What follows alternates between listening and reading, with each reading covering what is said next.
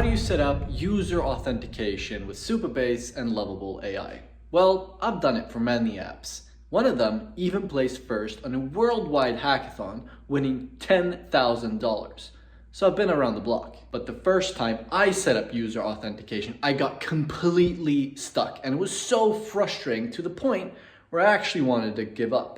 But then I realized the mistake that I was making. I'm gonna show you step by step, exactly from scratch, how to set up user authentication with Lovable and Supabase. We're gonna head over to the computer in just a sec. But before we do that, if you watch this entire video, I promise to show you how to create an app from scratch with Lovable, how to add user authentication, and how to save user choices to a database. And just in case you don't believe me, at the end of the video, I'm gonna give you the exact prompts that I use to recreate this project so you can create it as well.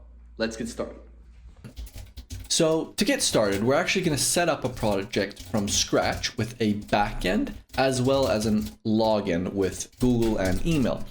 So for this example, we're using just a beautiful dashboard using recharts, and you can see that Lovable actually gives you 4 different options below the prompt box here. So you actually can get started with some things right out the gate. But what we're gonna do is we're gonna tell Lovable to build an app that shows us the different AI tools that are trending right now with these different charts, which ones are the most popular ones. And then we're gonna later ask it to allow us to save selections of tools that we would like to use or learn in the future. And for this, of course, we're gonna need a database and we're gonna need somewhere to save that information. So Lovable's building us this app right now. This can take anywhere between like 30 seconds to a couple of minutes, depending on how big the app is. I gave it a pretty small prompt, so this actually goes very, very fast.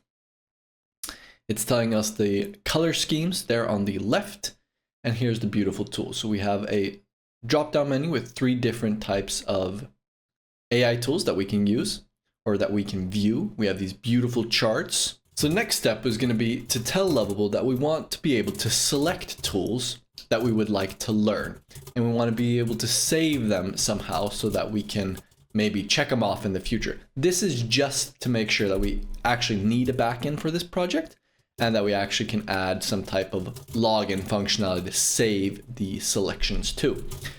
So Lovable is going to go ahead and build this page for us where we can select different AI tools that we want to study this year.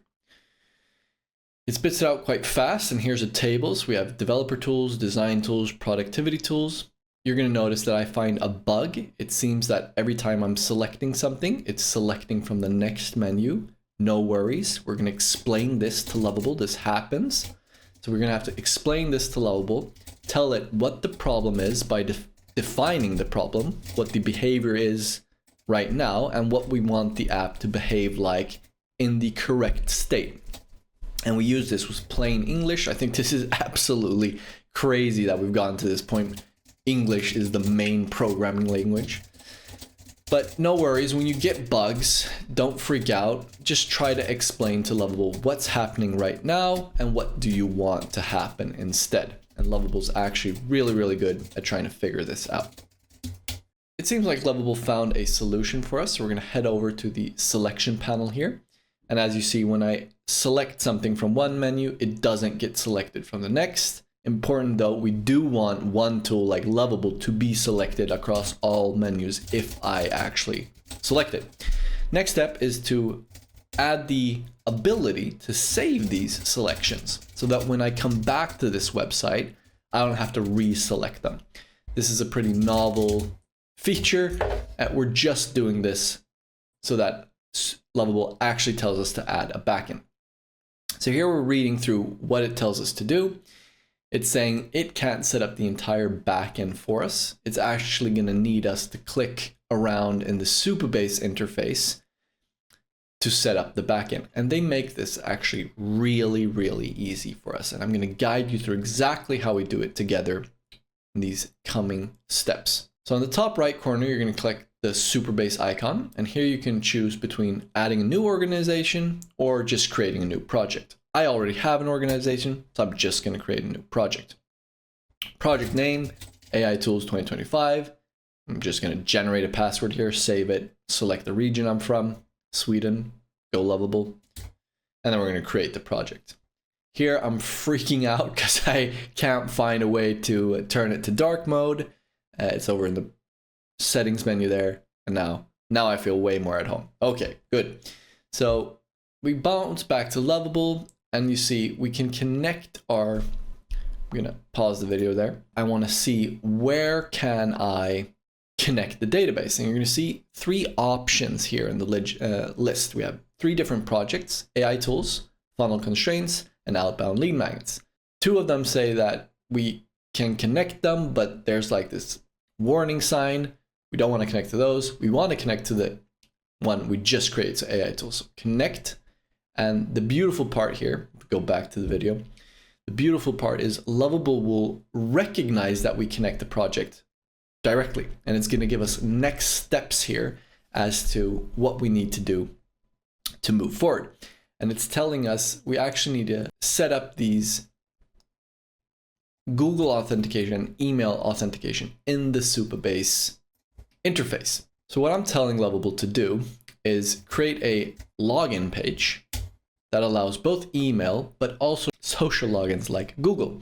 And what you're seeing on the screen to the left is SQL code. It's going to be really interesting to see how Lovable handles this in a year, because this is actually pretty advanced code if you haven't ever seen code before. What I'd recommend you to do, I'm going to pause the video right here. The only thing you should be looking at here are the policies. Let's take a look at the first one. Create policy. Users can view own profile. So in plain text, what a policy does, it tells you kind of what functionality should this code do for us in the backend. Users can view their own profile. That makes sense. If we read the next policy, users can update their own profile. Also, that makes sense. What you want to be on the lookout for is if a policy would say users can delete other users' profiles or something like that. That would probably be really bad, and we would maybe take a step back and ask Lovable to check that out. That's never happened for me. Lovable is really good when it comes to this SQL code. I'm going to play the video again. Just going through the policies here, trying to see if I can find anything that's absolutely crazy, that's never happened. I'm just doing like a sanity check here. We apply the changes, and Lovable is actually going to go ahead and set that up for us. It tells us it's implemented a complete authentication system.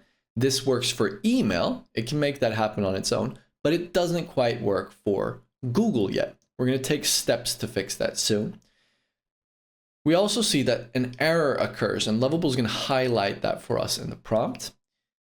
So build successful, but build unsuccessful, but there are a couple errors. We can read the errors here. Don't try to understand them, just try to fix them.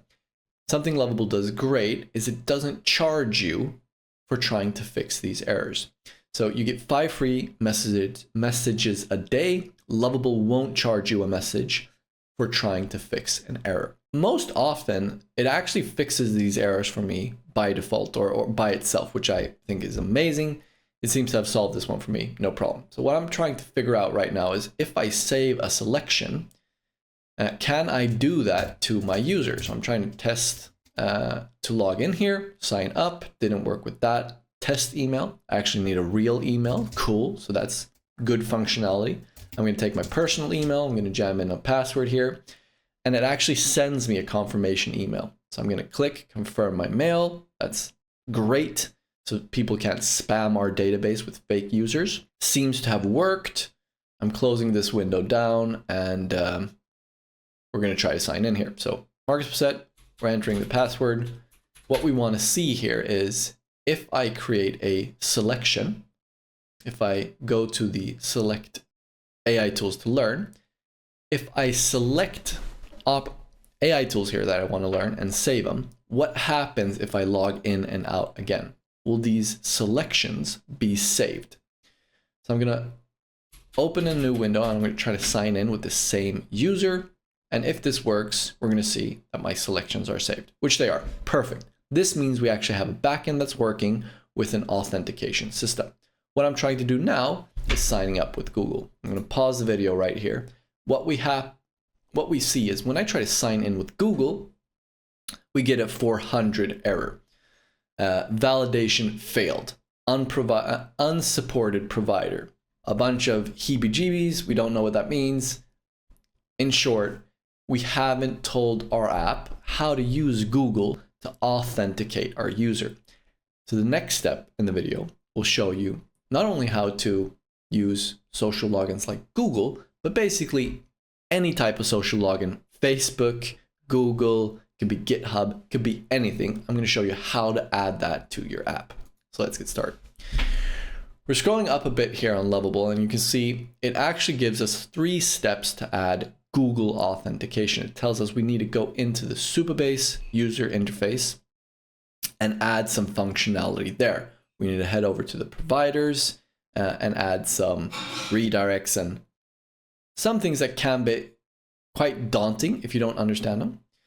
So I'm going to walk you through them. Head over to the authentication section and then close that menu down. On the left, you're going to see configurations. We want to go to sign in/up. And here are a list of all the different authentications. You can see email's working. You can choose if you want confirmation email to be sent. And then you have all these different options. I'm going to choose Google. That's the one I'm interested in right now. Enable sign in with Google. And you see we have a couple different fields. I'm going to pause the video right here. We have a couple different fields that we need to fill out. We have something called a client ID and a client secret. And then at the bottom, we have something called a callback URL. I'm going to break these down for you when they become relevant. But what you could use as an example to understand this is the client ID and the client secret. That's basically your identification that you're going to show between your app and Google to tell Google, this is my app. Everybody that signs in, send them to my app. Don't send them to that app over there. Send them to my app. I'm responsible for them. We're going to start the video and see what happens here. So we're rolling over to the documentation. And here, Supabase does a great job of explaining what we want to do. We're going to head over to the Google Cloud Platform. So prerequisites is that you have set up a Google Cloud Platform. Full disclosure, I don't guide you through how you do that in this app or in this video. So I'm going to pause the video right here. If you don't have a Google Cloud already set up, please pause the video and, set that up. It shouldn't take you too long. If you do, like me, all we need to do is create a new project. So I'm going to add a new project. I'm going to call it my AI Tools 2025. And we've got a new project running. We're going to roll over to the API and services section. And we're going to hit the authentication services here. We're going to go to credentials. And I actually have set up a database here before, or authentication with another app. And what we're looking at here is the Supabase authentication. What I want to show you is we basically need 2 URLs. We need the URL of the app, and we need the URL of where the app should call back to after it's authenticated a user. I'm showing you this because if we know what a finished app looks like, we know what we want our app to look like when it is finished. So what I want you to do is create new credentials in your Google Cloud Platform. So we're going to hit that plus icon. It's going to be an auth client ID. We're going to name our app. I'm going to pause the video right here. You need to add 2 things. The authorized JavaScript origin. This is going to be the URL of your app. And I'm going to show you where to get that in a second. And then you also need to add the authorized redirect URI. That's going to be the place or the URL of Supabase's backend where it wants to send the user when Google's authenticated them. And I'm going to show you where to get that one as well. Let's start with the app's origin. So you're going to head over to Lovable. You're going to open up your app in a new window, and then you're just going to take the URL straight out from the top. No slashes at the end. The Supabase auth, you head over to Supabase. You can have the window open here where we're adding Google, and at the bottom you're going to see callback URL for OAuth. Perfect. They even have a copy button right there. We're going to snatch that one. and place it into the authorized redirect URI. After you create this, a little pop-up window is going to show up. I'm pausing the video right here, and you're going to see something called client ID and client secret. You might remember what this was from earlier. This is basically the authentication that Google uses to tell Supabase that our apps are connected. So when somebody logs in from our Lovable app using Google, Google knows where to send that user. And they're actually sending them to our Supabase because that's our backend, or also we could also call it our database. That's where we're storing information about the user. Don't ever share your client secret with anybody like I'm doing right now. Don't show it to anybody. It's supposed to be secret. I'm going to delete my client secrets after this video. I'm going to start playing. So download them and place them straight into the Supabase section here. So client secret, we're just copying and pasting that. Client ID, copy paste that. And then make sure you save on the bottom right corner. The last thing I need you to do, I'm going to pause the video right here, is in the side menu and configuration on the left, we were at sign in / sign up. What I need you to do now is head over to the URL configuration. This is going to tell Supabase where to send the user after Google has successfully authenticated them. So we actually need to tell Supabase, hey, when you've created a user with Google, so you've actually signed them in there, make sure to send them back to our Lovable application. And we need to tell Supabase where that Lovable application is. Because bear in mind, in the future, you could change so-called domains. So right now our app's called something like, we'll see in a second here. It's called preview charts something. I'm going to save that. I'm going to paste that into the site URL.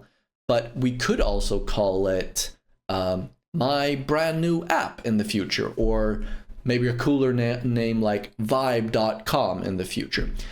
And you need to tell Supabase that you've changed domains and where you want them to, or where you want Supabase to send the user after they've been authenticated. So that's what we're setting up right now. We're also setting up the redirect URL. And this is basically the same URL as before, but what you're going to see is we have /auth/callback at the end. So I'm just pasting in my URL with /auth/callback at the end. We're going to save that URL. Done. Now all the configurations are set up. We can head back to our app. We're going to try one last time here. If I sign up with Google, we're going to see this nice Google page. We're going to get redirected back to our app. We're going to be able to select a couple of different tools, save the selection. And what we're trying to figure out right now is if I log out and I log back in with the same Google account, you can see right now I'm not logged in, so I don't see anything. If I log in with Google and this Marcus Posetta account, will I see the selections? Yes, I do. Great. That means it works. If you made it to the end, congratulations. You now know how to create an app with Lovable that lets users log in and sign up with Google and save their choices to a database. As promised, I've linked all the prompts that I use in this video in the description below. On this channel, I document my road to $10,000 per month with MicroSaaS. I show you start to finish exactly how I plan to make stupid money using no-code tools. If you want to follow along for the ride, hit that subscribe button. See you next time.